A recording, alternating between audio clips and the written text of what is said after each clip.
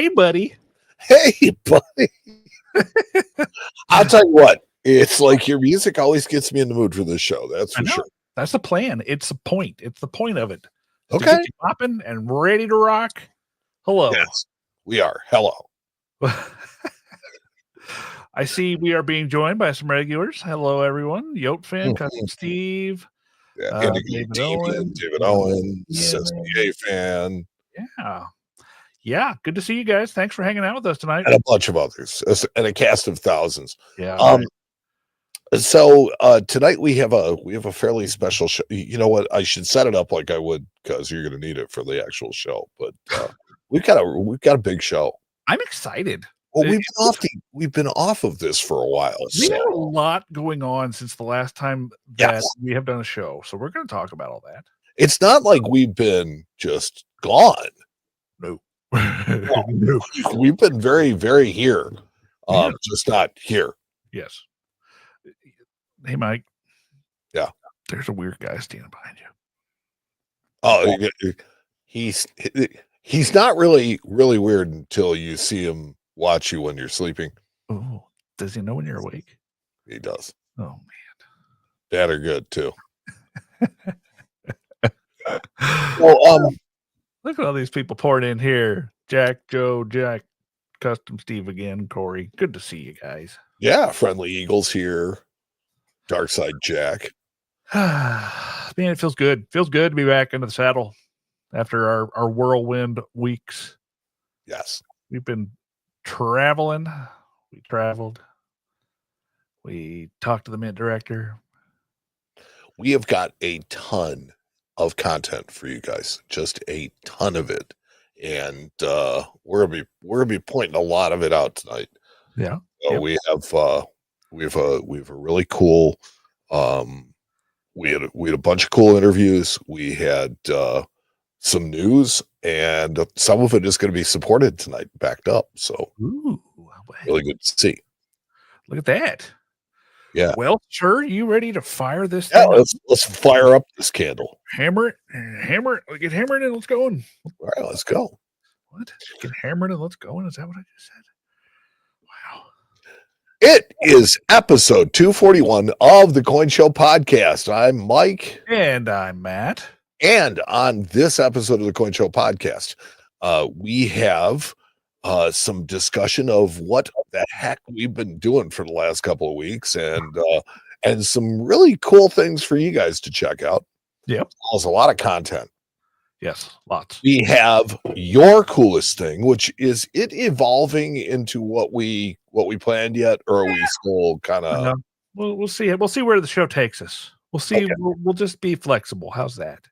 Hey, I am nothing if not flexible. I know. I've seen. I'm not as flexible as I used to be. I've seen you touch it. As well as I don't know.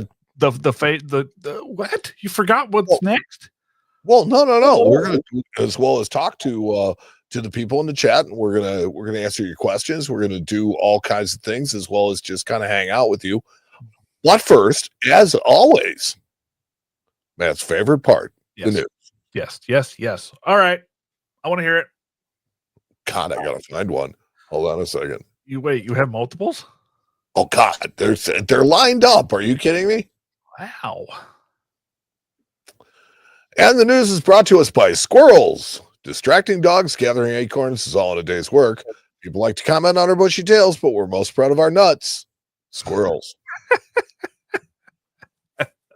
I like that one. That was a good one.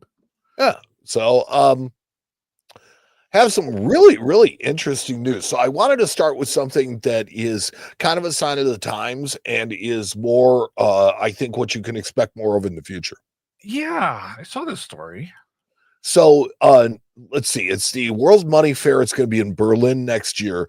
They are going to experiment with a new admission system that is going to be done mostly by QR code. Okay. But you're going to have an opportunity through the QR code is going to be personalized for you. So it'll have what all your access is and what other things like that.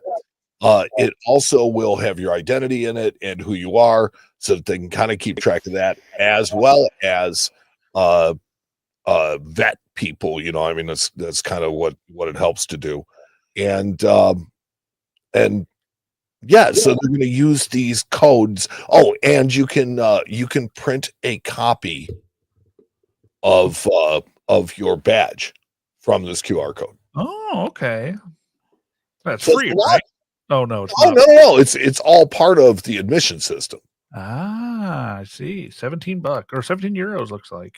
Yeah, but it's like that's just a ticket to the fair. Right. So if you wait to buy your ticket on site, it's €22. Oh, okay. There you go. But it's going to give you controlled access areas, and security staff is going to be, they're going to be a little bit more just enabled. Can't be too safe these days, especially with all the crazy stuff going on in the world. Like I said, sign of the times. Yep. So speaking of shows, we recently attended one, and in this show, we saw the Mint debuting the flowing hair gold coin. That's correct. Which may or may not have made people unhappy. Yeah, it was.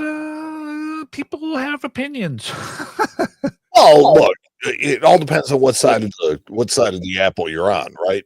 Right. If you're one of the people that went through the process of trying to get on the Mint website, getting all your ducks in a row, getting halfway through the order process, only to have something happen and then you not get it, yeah, I'd be kind of frustrated with the fact that not only were there some that were not sold then, okay, but were sold in bulk to dealers. Yeah. It looks like they sold 1994. So almost 2,000 pieces went straight to dealers, right? With no access to the public on those coins. So and it was what, 10,000 sales? Let's see. It looks like as of November 19th, combined sales reached 9,935 units. So I'm talking about the authorized sales. Well, probably 10,000, something like that. So it looks like they kept 75 coins for some reason. Well, I think we know why they kept those. Yeah. But anyway, around it, so it was interesting to see a launch there. Yeah. And it was kind of neat to be on the other side of it for a change. Yeah, we got to sit and watch the whole thing happen. It was pretty cool. As well, the 2024 reverse proof Morgan and Peace dollars have now launched. Yeah, we had one of my employees brought theirs in already that they got. I mean, to show or sell? They were just playing show and tell, really. Yeah, I mean, $215 a set. Not exactly cheap. No, and I wasn't enamored with them. I mean, they weren't like anything crazy. Well, okay, so I don't know. My thing is that I don't think that after 2021, Morgan dollars have any context. No. So if you stopped making them after the first year, I'd have been like, okay, that was cool. That was neat. Yeah. And I would even be okay with you continuing to drone on with the Peace dollars. Sure. Yeah. Peace dollars I can see because, that would be, they didn't make them in 1924. At least until 28, right? Sure. Yeah. So that makes sense. But for them to have produced a reverse proof set, which is unusual to begin with, and now producing one the second year, yeah, it's like, what's different? What am I? What am I missing out on? Another series to get people sucked into. I don't know. It's another set of overpriced silver. But I am also one to say that our opinions aren't the only ones that matter. So I am going to ask you, our listeners, for your questions or your opinions on this. Are we sure we want to let them have an opinion? Oh God, yeah. So we're going to have a survey on our Facebook page, the Coin Show, and probably friends of the Coin Show. Are you glad that the United States Mint made the 2024 reverse proof Morgan and Peace dollars? And we'll just look at what people have to say. So I give you several choices. Yes, I ordered one for my long-term collection. Yes, but I'm going to buy mine on the secondary market. I'm on the fence. No, I didn't buy one because they don't have any context as a yearly issue. No, I wish they would stop making these. I wish they would have stopped making these last year. And for God's sake, please stop creating this overpriced, unwanted garbage and try focusing on making other more relevant designs. Wow. Where did Spicy Mike come from on the other end? The first side was like, okay, yeah, I can see this as a poll. And then all of a sudden you like lit on fire that last one. Well, no, it's one of those things where I think that there were going to be degrees of the people that don't want this. And I just want to feel the pulse of humanity. That's all. You just want people to rage with you, I think. Oh, that's fine. You can put in your comments too in the comment section of this video. Yeah, there you go. Ooh. An 1856 Flying Eagle cent has sold for a record $312,000. Good Lord. I know. So this is the highest graded example of plate coin, I think, from the 100. Well, it's at least in the 100 greatest U.S. coins book. But yeah, 312,000. It's a proof 67 plus PCGS with the CAC stick. With a CAC. That's a pretty hefty coin, but like, good Lord, that's a lot of money for one of those. It is. It's a lot of money. Now, my question is, so it's proof 67. My assumption is that this is one of the original proofs that they made as patterns, not like the ones that they made later. Yeah. Maybe it says in the story here. Let me look. Let's see. It gets into it here. Shield Liberty Nickel patterns and proofs and impressive. Yeah, no, it's really not. No, it it's not really say. Still doesn't struck close to 1,000 examples. Right. So no, it doesn't really say. It kind of actually alludes that it's one of just the normal guys. So, all right. But also, there was a 1915 Buffalo nickel in proof 69. That coin's pretty. It's a mad proof. It's beautiful. Yeah. So that was also the finest certified, and that one for 240,000. Proof 69. Yeah. Ooh, hello. And then there was an 1870 CC double eagle. Okay, that's a rare coin. AU details. Yeah. One for 216,000. So yep, that makes sense. And then there was like a Stella and a Pan Pac Round 50. Yeah. Cool. Some hefty stuff. Really, really rare stuff. Hefty stuff. And if you go to the next page, you'll see the 1870 CC. There's a picture of it. Yeah, that's a cool coin. I forget how many of them they made. It was not very many coins at all. At press time, 48 of the 173 double. Oh no, that's not it. Let's see. Today, only a few dozen coins from that issue. So 3,789. Okay, and they said likely numbering between 40 and 50 examples still exists. Yeah, so they only made 3,800 of them to begin with, and 40 or 50 of them still exist. That's pretty cool. Speaking of still existing, a rare 1795 silver dollar worth over $100,000. Oh, this is a silver plug. That's cool. Yeah, it was found in a Rhode Island estate. The stuff that they're finding. It's just amazing. Like, you know what they're going to find in my estate? A bunch of junk. Like, they're going to be like, oh, what is all this cool stuff? And it's nothing. It's literally just garbage. So I'm going to share a funny story with you, and I'm going to change the names to protect the innocent. But okay, somebody that I worked with at one point, they have a son who is into business and knows a bit about it, but understands what it's like to go through a parent's home. And this person has done fairly well for themselves. They've accumulated a lot of metal, right, over the course of the years. Their mother, on the other hand, was a kindergarten teacher and has accumulated a lot of macaroni plates and projects and stuff like that. So what he has always teased is that when his father and mother die, he's just going to burn the house down and have it assayed. That's funny. It is fun. Hey, you know what? Macaroni art is good as an emergency ration. Okay, Sure. there you go. Not when it's painted with gold paint. Well, just suck it off. It'll be fine. So speaking of, that's the first time that's ever been said on this show. Speaking of newly discovered, a New England 3-pence brought $2.52 million. Yeah, we talked to John Krelovich about this coin. We did. Wow, Because there was just one of these. amazing. Now there's just two.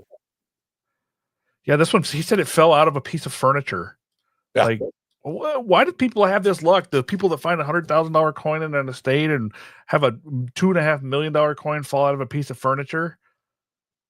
What luck? What luck people have? Kralovich was the guy who actually cataloged the piece. So yeah. So it's discovered in an old cabinet in Amsterdam about 8 years ago. So it wasn't even here anymore. Yeah, it was gone. It was in Europe. I mean, imagine the stories that coin could tell. Wow. Now, speaking of Europe, one of the things that I like about the Royal Mint is some of the stuff that they do this time of year. And my buddy Nick back here, he probably agrees with this stuff. Yeah, Nick. Yeah, Nick. So the Gibraltar 50 pence and £2 coins are out. I just like the fact that they put out Christmas designs. It's like if you go to England, you'll find a snowman 50p coin every year.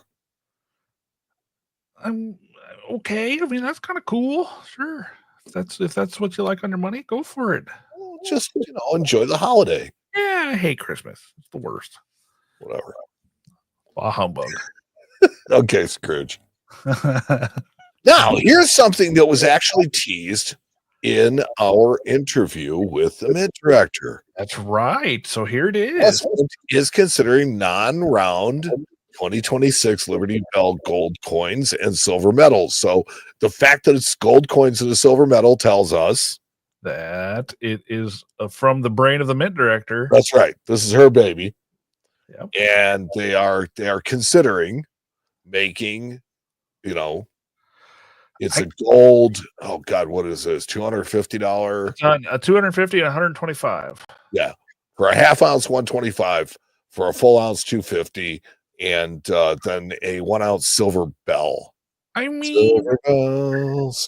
It's very interesting. It is definitely something new for the U.S. Mint, making something that's not round. Or, like so far, all the innovation we've got has been a couple of dished coins. Okay, cool. Now we're looking at something a little different. I'm okay with it. Okay, so I'm not so sure I am. I mean, I'm not completely hating on it, but I would say that I was expecting more something like maybe a square coin when she hinted at not round or said not round. I just wonder what the long-term technology they're showing us here is. It's just innovation. It's just them doing something. Is it that it can be done in a non-regular shape? Yeah, I think so. And if so, then what are you going to do with it at that point? So I'm not sure, but it's definitely innovation. It's definitely different. Yeah. But I just don't know if that's I don't know if I'm excited about it. Yeah, the chat says it looks like a cookie cutter. Yeah, no, I get that. Yeah, I can see that. I can see that. Like I said, innovation. Okay, I'm cool with it. Let's see what you got. Speaking of innovation, so the Mint has released the designs that have been recommended by the CCAC. So one of these is going to be our design in 2026. And for the first time, they're going to have an eagle on the back of the dime. That's true. Well, I'm thinking. No, I take that back. Which dime had an eagle? Half dime. The dime. Oh, well, that's very first one. A half 10-cent drape bust. Oh, yeah, that's true. So it's okay, fine. First time we've had an eagle on it since like the 1830s. Yeah, no. I'll give you that. Yeah, There you go. I'll clean that up a bit for you. Thank you. So one of these two designs is going to be our dime design in 2026. It's very interesting that they don't seem to have any rim like at all shown in the design. Weird. Are That some of is these letters interesting. incuse? Are some of these letters incuse or are they raised?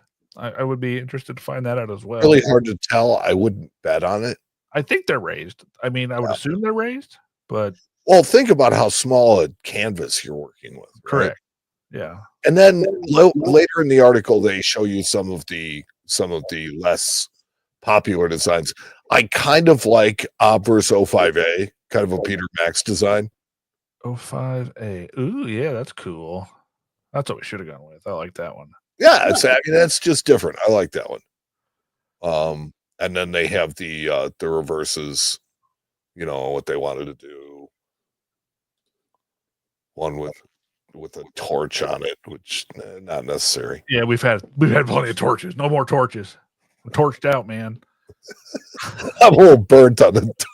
I'm burnt out with torches. Okay, well, I mean, next story will show you the designs for the $50 that have been recommended. Now they haven't shown the quarter yet. No, so this is what it's going to look like. This is it. Like they're only showing us one. That means they've decided, right? Well, that's the whole thing. This is what the CCAC has recommended. Okay. Well, I wonder how often they go against what the CCAC recommends. Probably not very much. I'm just glad they didn't do the Disney lookalike coins. Yes, I'm okay with Statue of Liberty on it, even though we've had it on so many coins now. Well, it's iconic. It's an iconic American thing. Yeah, but I mean, it's like the $50 doesn't circulate anyway, so what does it really matter? That's a good point.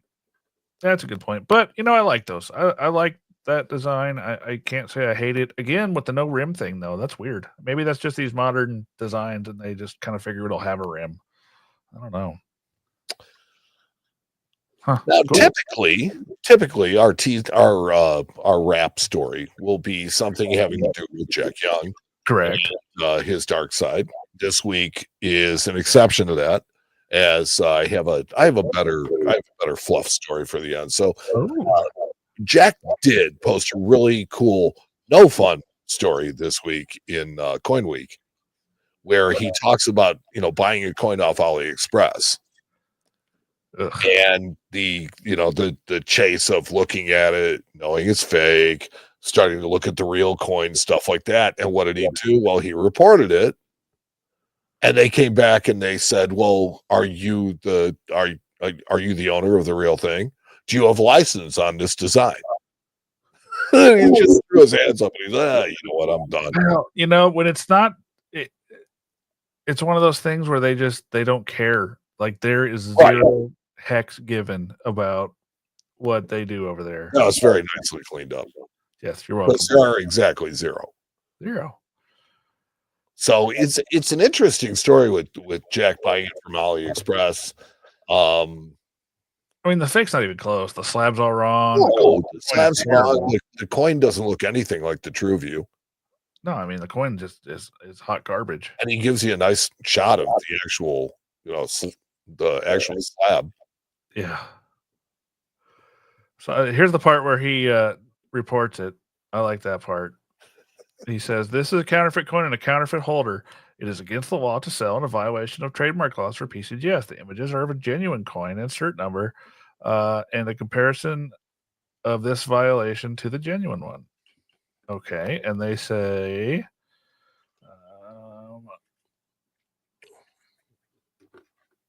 okay. They came back and they asked, "Do you have copyright for the design?" Oh, here it is, right here. It says, "Thank you for your feedback. Please provide more proof that the reported product is suspected of infringing on the intellectual property rights, such as appraisal reports, rights holder statements, etc. If you have any comments or suggestions about the unsubstantiated report, you can appeal through online customer service or submit it to a certified out-of-court dispute resolution provider." Wow, what a bunch of fluff. So in closing, what he says is that Ollie's reporting page. And, the option is for restricted or prohibited products. But, of course, Counterfeit is not one of the options they give you. Yeah, it's not restricted or prohibited where they're produced. So nuts. And finally, in the news, so this is what we've been doing, and it was kind of nice to see somebody else cover our podcast for a change. Wow, that was refreshing. So we did an interview with John Feigenbaum, who is the president of Coin Dealer Newsletter and Whitman. Yep. And apparently he liked the interview because he posted it on the Whitman page and on the Gray Sheet News page. It is a really good interview.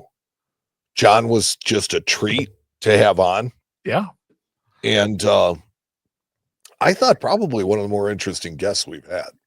Oh, for sure. Yeah. The guy loves to talk. Trust me. He's a talker. Yeah, guys. So are we, right? Yeah. Oh, we work well with talkers. I love it.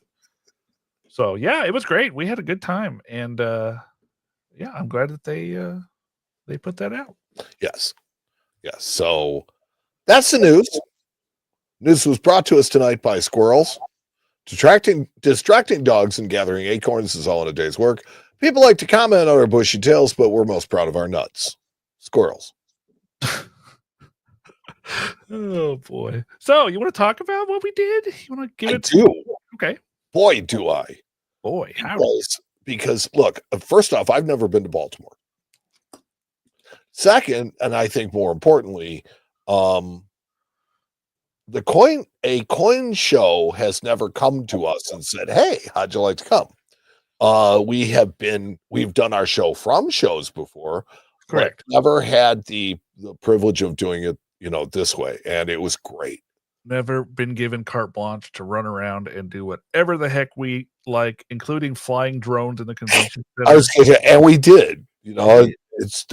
So what you need to do, if you haven't yet, is you need to go to our YouTube channel and you need to look, because there is an interview with the Mint director. Yep. There's an interview with John Feigenbaum. Yep. There is an interview with Greg Rohan, who is the head of Heritage Auctions. President of Heritage, yep. There is an interview with, with John Kralovich. Yep. Who is like American encyclopedia. There's an interview with Jeff Garrett. Yep. There is an interview with my boss, Aaron Burke. Yep. And then we did one with Lori Kraft, who runs the Whitman show in Baltimore. And could not thank her enough for all the hospitality and the stuff, the great stuff they did. Those guys are great, all of them. So, Leanne, I saw Matt in Baltimore, but got too nervous to say hi. Oh my goodness! Don't ever be nervous. I have people all the time. Just come up and say hi. Yeah, just come up and say hi. We love meeting people. Yeah, it's one of my favorite things. So you'll make me happy. I promise. I won't be angry. Even if you interrupt me in lunch, I won't be angry. Okay. So. But yeah, no, that, and then we literally, they said what they do when they did this, because I did it once on my own before they kind of figured out how we wanted to do this, and they basically said, okay, here you go, have fun, and pat you on the back and let you go, and it was kind of sort of up to you to come up with some of the stuff. They would bring you a couple things they wanted you to do, but then the rest of it was kind of like, okay, well, who do I know in here that's interesting and I want to talk to? So we kind of just walked around and got with people and sat down and did interviews. And I hope they want to continue doing that, because I would love to keep making great content for you guys, because some of those interviews were awesome. Don't get me wrong. Thank God for me. I am a social butterfly and I like to meet people. So, it's like there are a few people that I've always wanted to interview that I've talked to before. And I've said, hey, can we get you out? Well, it's like when you're put there by the show, and now it's like you have to see the setup we had. Oh, it was cool. The setup was so great. And that's all compliments of Lori, getting everything done for us. And, we've learned things, right? One of the things that we learned is that live streaming probably not going to happen when we do those shows. So yeah, that was rough. I would love to have been able to stream all of those interviews for you guys. That was the plan. Every single one of them would have been great.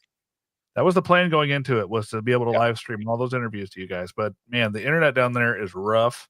I throttled not only my phone's hotspot, I throttled Whitman's hotspot, which they had a separate puck. And then the internet at the convention center, which I was one of only like 10 people that had access to the actual like hefty internet. It wasn't good enough. No, and you made it so other people couldn't use that one either. Yeah, I did.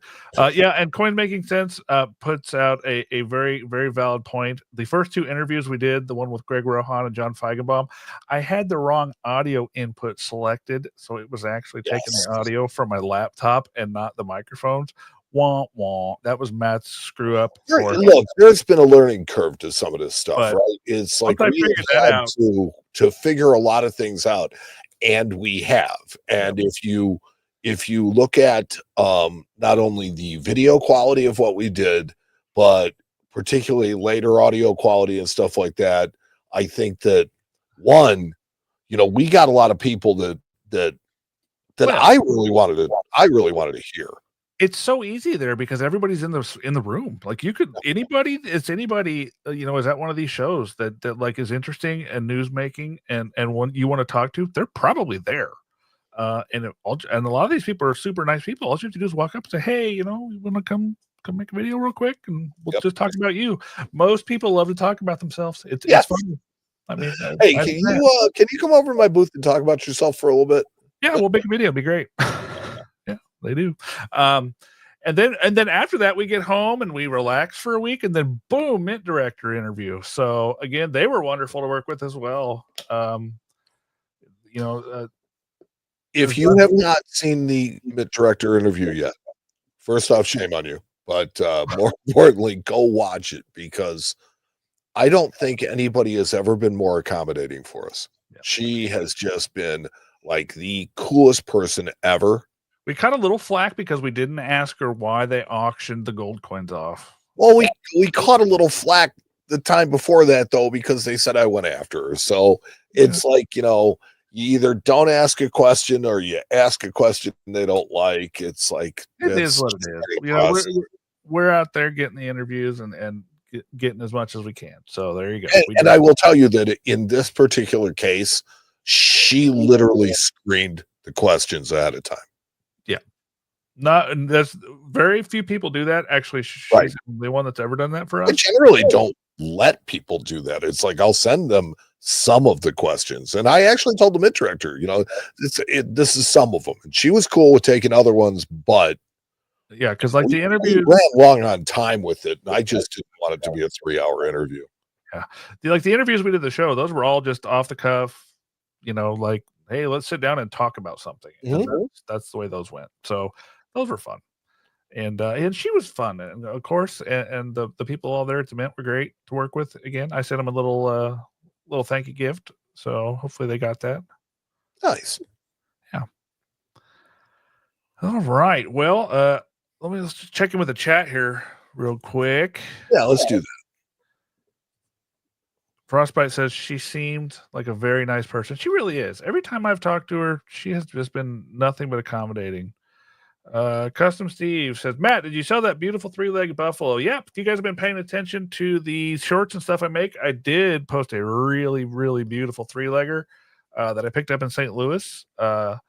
And unfortunately for you, I did sell that coin this week.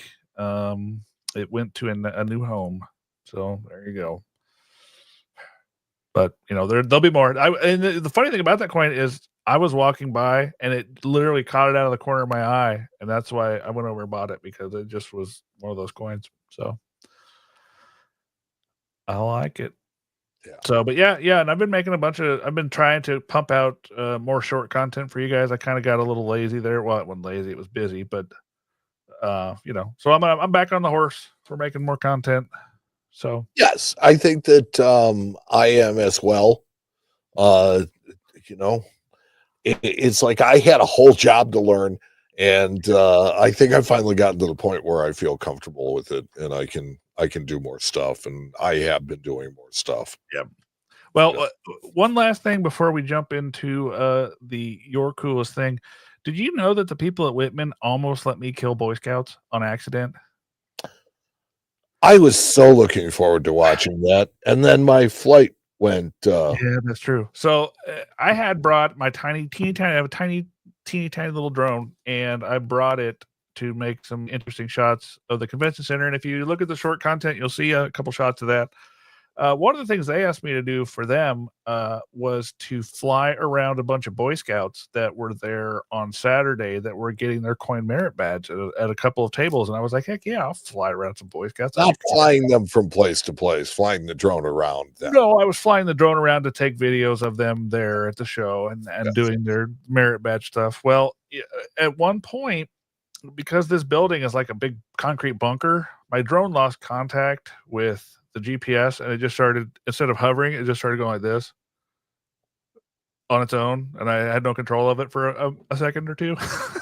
So it was entirely possible that I may have been just seconds away from crashing into a table full of Boy Scouts with a whirly bladed drone. So before we move on, let's get to a couple of comments from the crowd. Sure. Corey Kunkel. Mike sold me my first trade dollar that had chop marks. He educated me on what they are. Cool. They are cool, is what they are. Yeah, I love chop marks. Yeah, chop marks are great. I saw one from Kevin. Here we go. That was the one I was looking for. Really appreciate the 1909 SVDB, Matt. Sorry I missed you when I picked it up and you were in Baltimore. Who got the bottle of bubbly I brought in to celebrate my purchase? I think that was Spencer that got it. He is a connoisseur of bubbly things, so I believe that was him. Plus, he was one that found the coin for you, anyways, Kevin. So it was aptly deserved. Well, I guess that's fitting then. Yeah, very much so. Very much so. Anything else? Yeah, I don't see anything else. Okay. That's all right.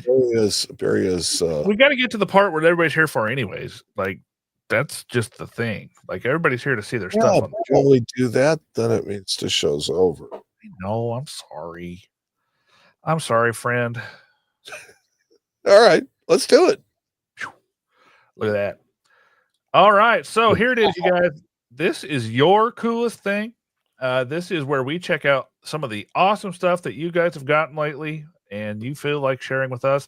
I think, Mike, we're just going to hit this old school style tonight because why not? Sure.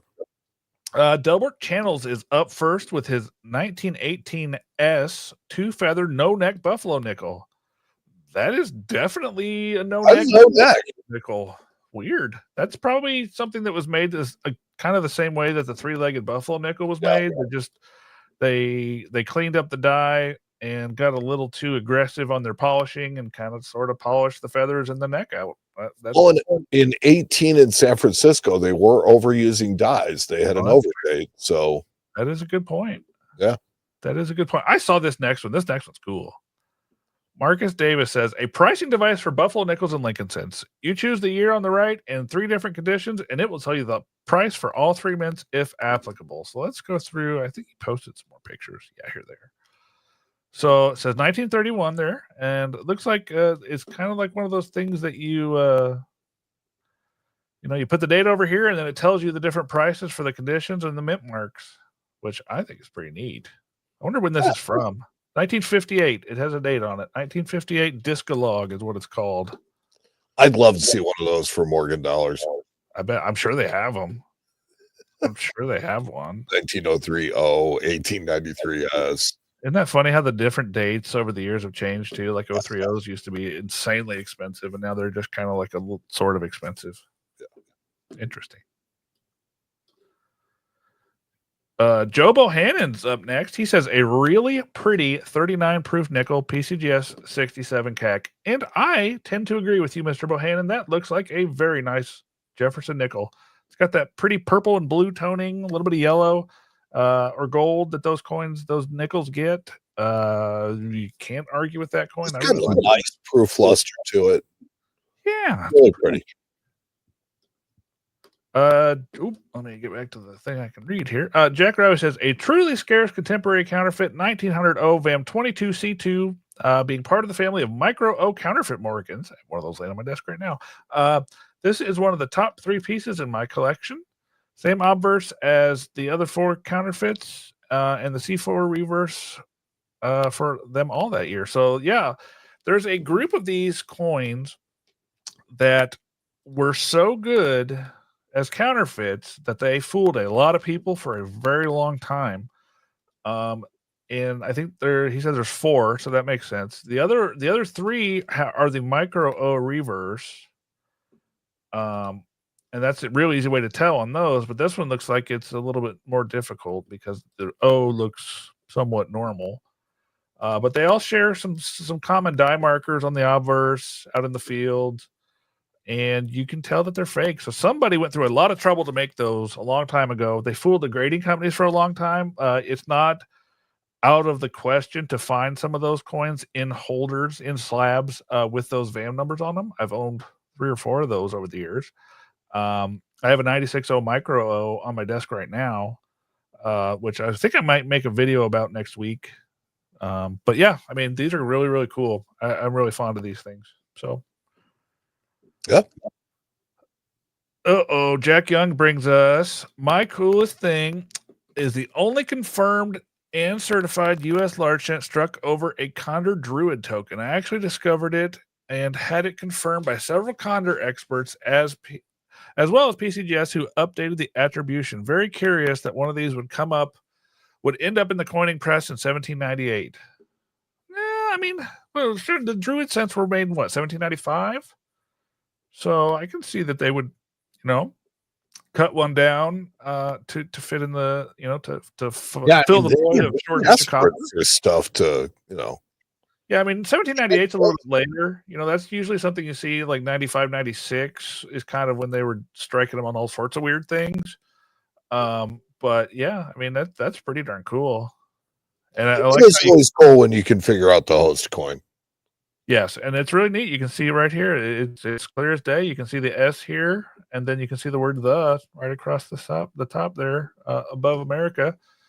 And then on the obverse, you can kind of see some of the undertype through Liberty, and then on the reverse, you can see it. Over here on above the word "of," you can see some design elements, but the lettering there below the ICA of America is what really gives it away. So. Very, very cool, Jack. Thank you for showing us that. And you know what's really rare? The fact that he actually brings a genuine coin to this podcast. That's the rare part.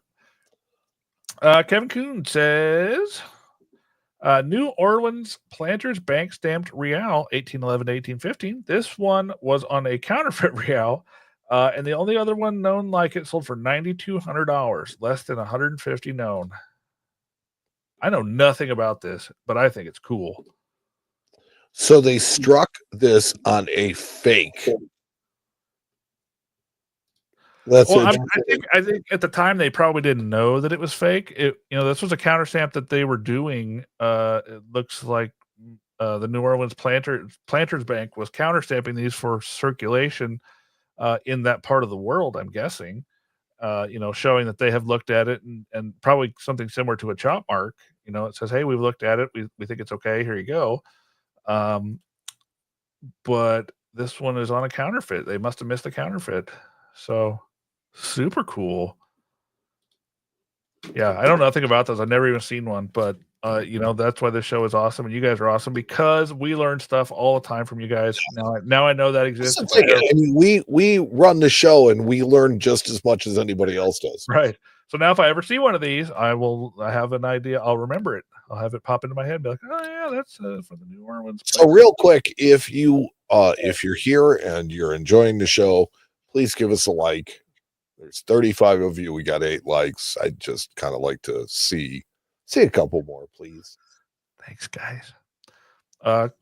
Fuzz says, I was combing eBay for my local safe searches and stumbled across this piece, a measly good for token that I was hoping to snag for under $10. Turns out I was able to snag this for quite a bit more, but I don't care. I was able to successfully attribute this token to Stony Ridge, Ohio. This small little hamlet is located a mile from my grandpa's farm and 3 miles from where I grew up. Oh, the Fuzz Estate. William Henry Harrison territory, apparently.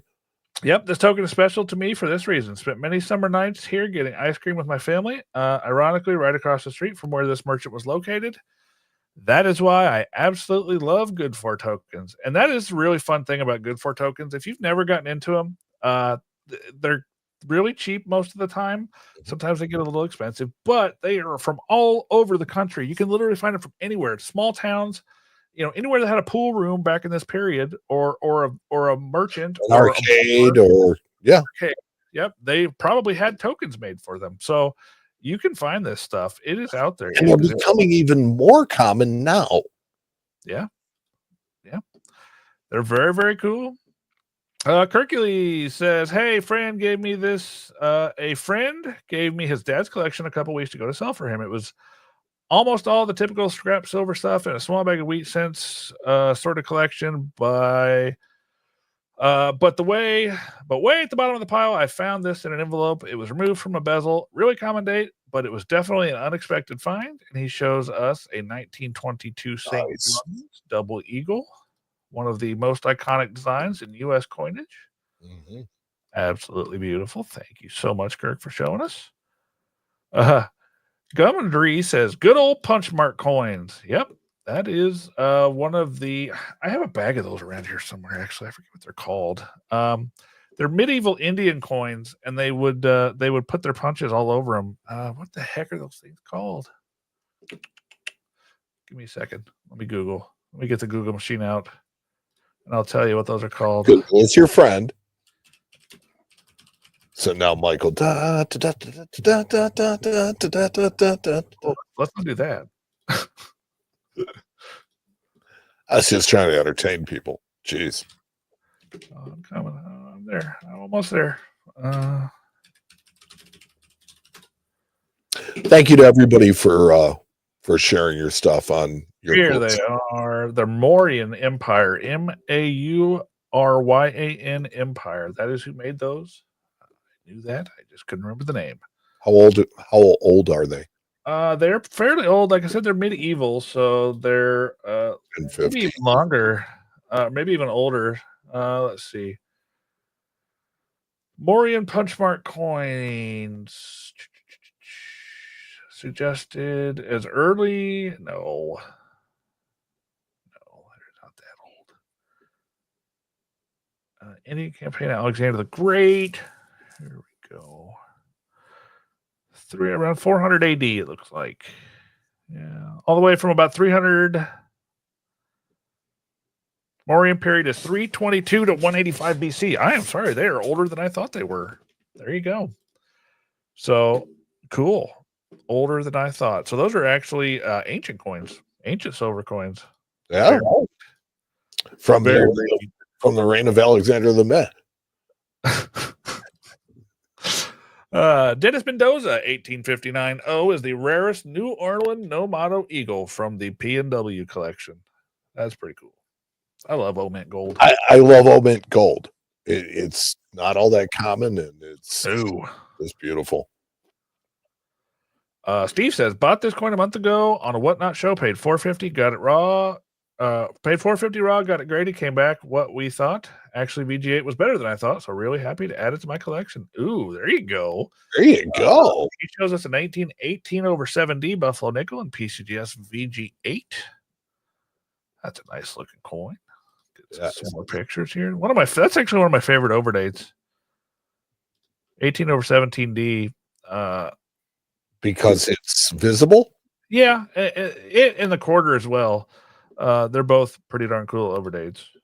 So Bob Rock comes in next, says close to getting all the low vintage Morgans, and he shows us an 1895 in NGC XF40 with a CAC sticker. That's a nice coin. Cool coin.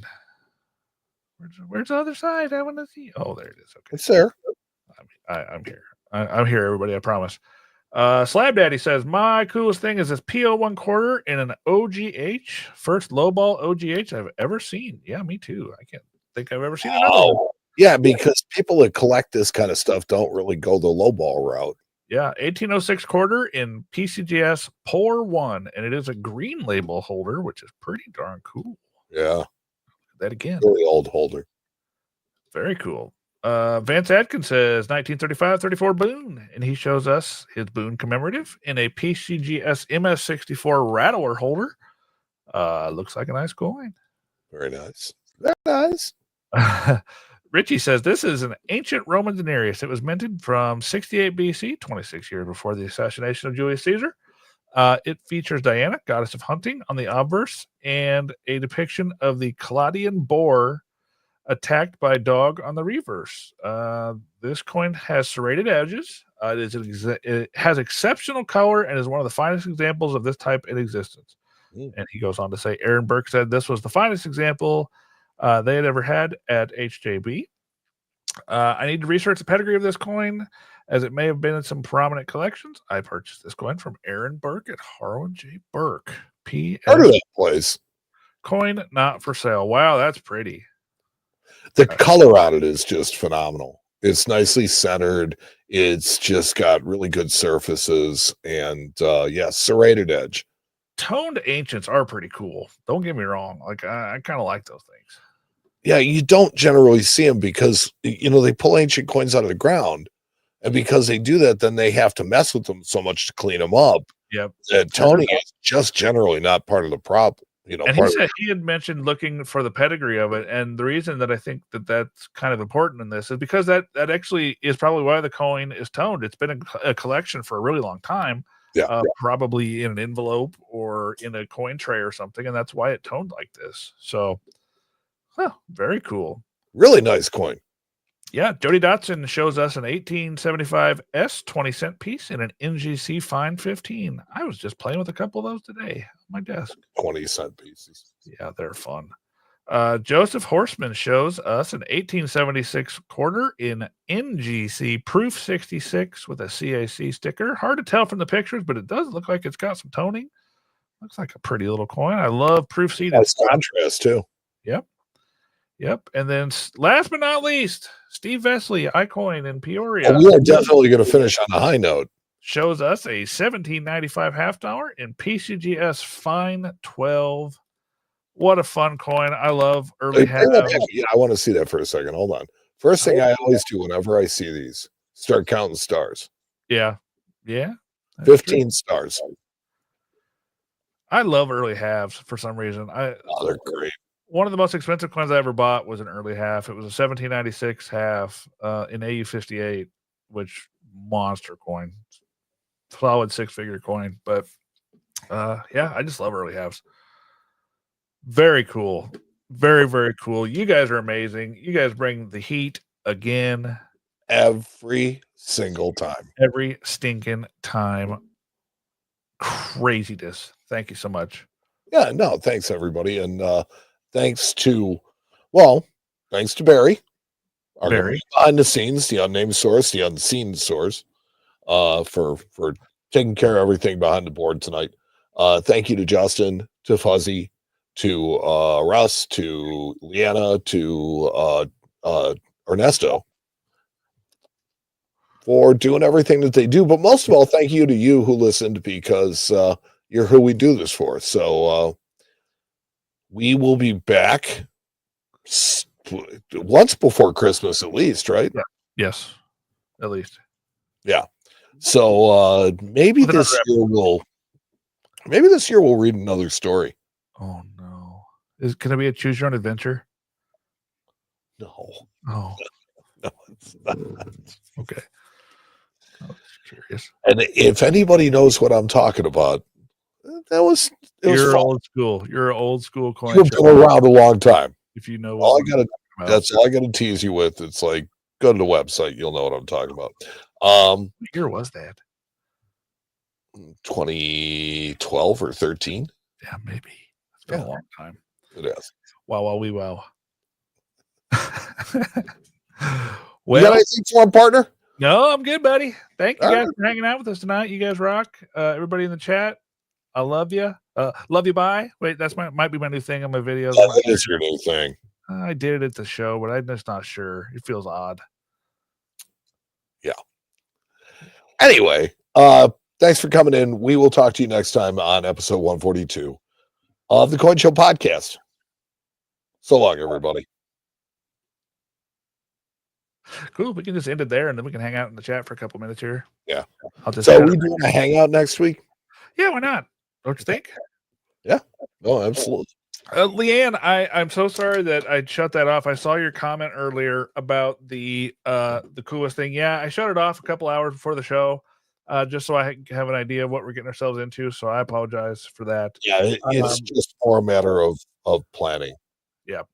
I see what you had though, and it would have been really fun for the show. But you got a nice 1984 double die. Did you said you got that? No, she said, I wish I found it coin roll hunting. So darn it. Heck yeah. I have one at the grading company right now, actually, I think. I have to look. I have a bunch of stuff at the graders at the moment. Have you guys have you guys been grading a bunch of stuff lately or no? Yes, we have been grading quite a bit of stuff. Most of it has been coming back the way we expect, and that's pretty good. For that, I'm thankful. Yes, for about 6 months there, it was definitely not. And for 6 months, it was definitely not. So do you have anything in particular that's cool sitting on your desk in front of you right now?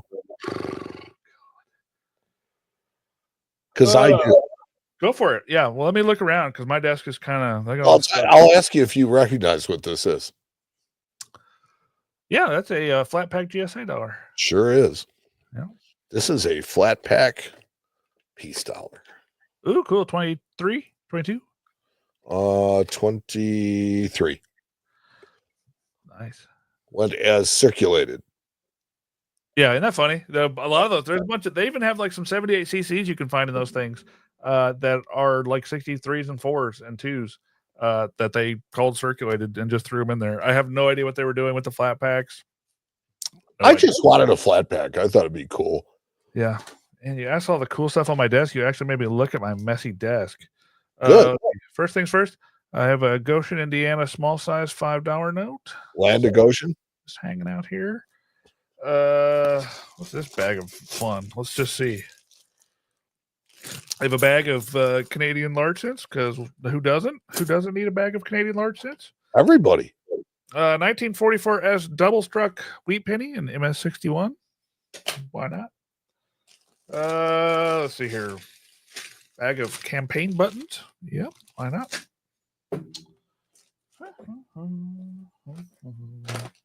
Yeah. Well, here you go, Fuzz. Good for token. Ooh. Oh, I've seen those before. Those came with a book. Did you know that? No. Yeah, those came with a book about coin collecting. I forget. I've seen it. Authentic 1929 Lincoln cent wheat reverse.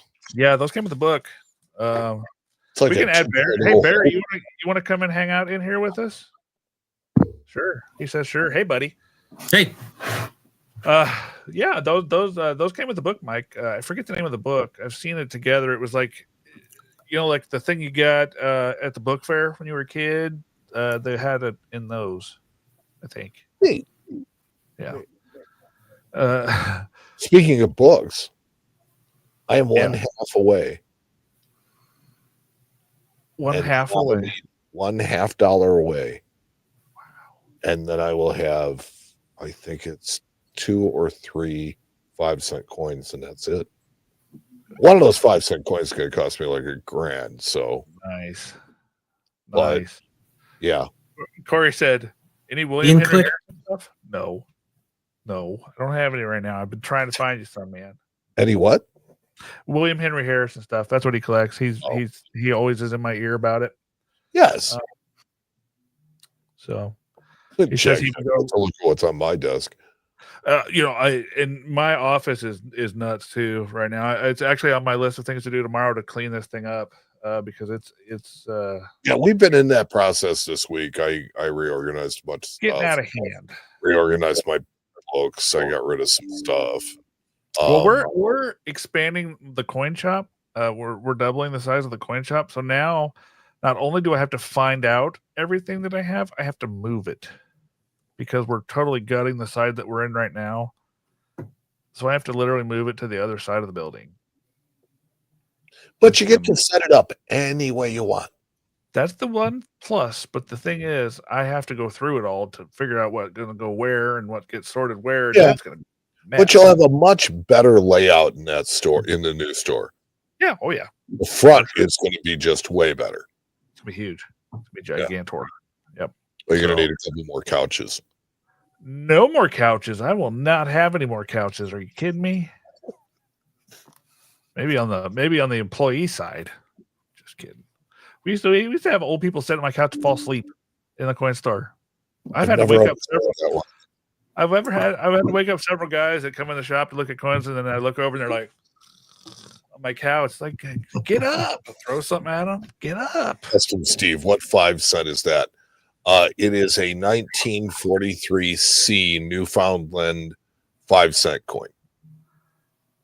Yeah, there you go. Yeah, Mike, you gotta when you get done, you gotta make a short about your set. You got to make a video or something about it. It's still not going to be done for a couple of years, dude. Okay, well, make some videos of the progress of where you got. Like, I'm sure everybody here would love to see what you have put together. Am I wrong? If I'm wrong, tell me, guys. But I think I'm right. I think it's boring to most people. No, it's not. That's the thing. That's what I had to get over when I was making videos. I don't care. I'm talking about a set. It's like, that's all. No, it's not. They want to see where you're at. Like I'm saying, I thought for a long time when I was making content, I was like, I don't want to make a video about this. This is boring. And you know what? I just got over it and started making videos. And it's just fun. It's fun. People want to see your I love talking. I made a video about a typeset full of hold coins, man. Like, trying to see what else I have. Roman rings. Yep. Who needs the Roman rings? I got you filled here. Advertising note. Yep. That's me. If you're Russian when you go into the bathroom and you're Roman when you come out of the bathroom, what are you when you're in the bathroom? European. Right. God. Mike, that was a dad joke. You want a dad joke? I got a dad joke for you. So a farmer goes to a beekeeper to buy some bees. Okay. And he buys a dozen bees and he takes them home. And the next day he goes back to the beekeeper and he says, I appreciate it, but I got them home yesterday. I bought a dozen and there were 13 in the box. And he looks and he goes, no, that was correct. He says that 13th one, it's a free bee. Free bee. Dad jokes are so good. My kids hate them. I kicked their ass. I've come around. I've come completely full circle on them. I have the weirdest stuff on my desk. I just do you know the weirdest thing about shopping in a coin shop is that not always it's coins or notes. Oh yeah, as your coin is. So not long ago, I bought a grenade. It's hollow, but it's still a grenade. I'm like, why do I need a grenade for my desk? That looks like something that would be in my store, actually. Yeah. There is a defect that every coin collector has. And that's we collect everything. It's just a genetic defect. I have a max spell check. There you go. Those are fun. I've had a few of those over the years. I've been buying a collection of Civil War pistols lately. Like, I think I bought a dozen of them so far. That's cool. It's just crazy stuff. But like here, this is sitting on my desk. This was mailed on the first flight on September 15th, 1929. It is a piece of wood. And it is from the Hayes Lucas Lumber Company in Winona, Minnesota. And they mailed it to someone with their advertising on the back. Nice. Just the weird stuff I come up with. Like, this is the things that live on my desk. Weird. Makes a difference. That was pretty weird. I got the usual golden dollars you get. Yeah. Yeah, I mean, I just strange and unusual. I have a picture of, let's see, here's this. This is a postcard with a dead Franz Joseph from Germany on it. Why not? If you don't like that one, there's another one laying in state. Just all sorts of weirdness in my office. Yeah, you got pictures of dead people. It's kind of cool. I know. It's postcards, man. Can you imagine getting that in the mail? Can you imagine getting that in the mail? Be like, oh, wow, look at that dead guy in the mail. And then they literally wrote a letter on the back of it. It's nuts. And here I've got coins on my desk. I've got everything, bro. Everything. Nova Scotia 1856 half penny token. There's something laying on my desk I can't even show you guys because we'll get booted from YouTube. Porn. No. You guys know what I collect. I collect World War II stuff. There's some World War II stuff here on my desk I couldn't put on here because we'll get kicked off of YouTube. Oh, I know what you're talking about. And I have, I think, one of those sitting on my desk at work. Yeah. I like over here. I can't show it either, probably because I don't want to get kicked off YouTube. But I have an 1859 Sharp Pepper Box 4-barrel pistol. If you ever seen one of those, He was brandishing a weapon. I swear. Just all sorts of funness over here. All right. Well, my wife's probably wondering where I'm at. Normally, I think she knows where you're at. Well, that's true. She probably wondering your kids actually watch this show, which I think maybe child abuse, but they do occasionally. It's probably been a little while since they watched. That's good. That's better. At least they've grown out of it. Yeah. Well, that's true. All right, friends. You know any of these? What's that? Oh, cutout dollars? Probably, yes. I'm fairly sure I have several, probably at the office in a bucket somewhere. I could probably get you close to where they're at. All right. But yeah, do I have any that I know where they're at right now? No. Okay. Thanks, Barry. Yep. Thank you, Barry. Appreciate you. Good to see you. Thank you guys for hanging out with us again. You guys are awesome people. Every single one of you that hangs out with us. I love you. From the bottom. Love you, bye. I love you. Bye. All right. Love you. Bye, everybody. Bye. Thanks for coming. Love you. Bye. Talk to you next time on the Quinn Show.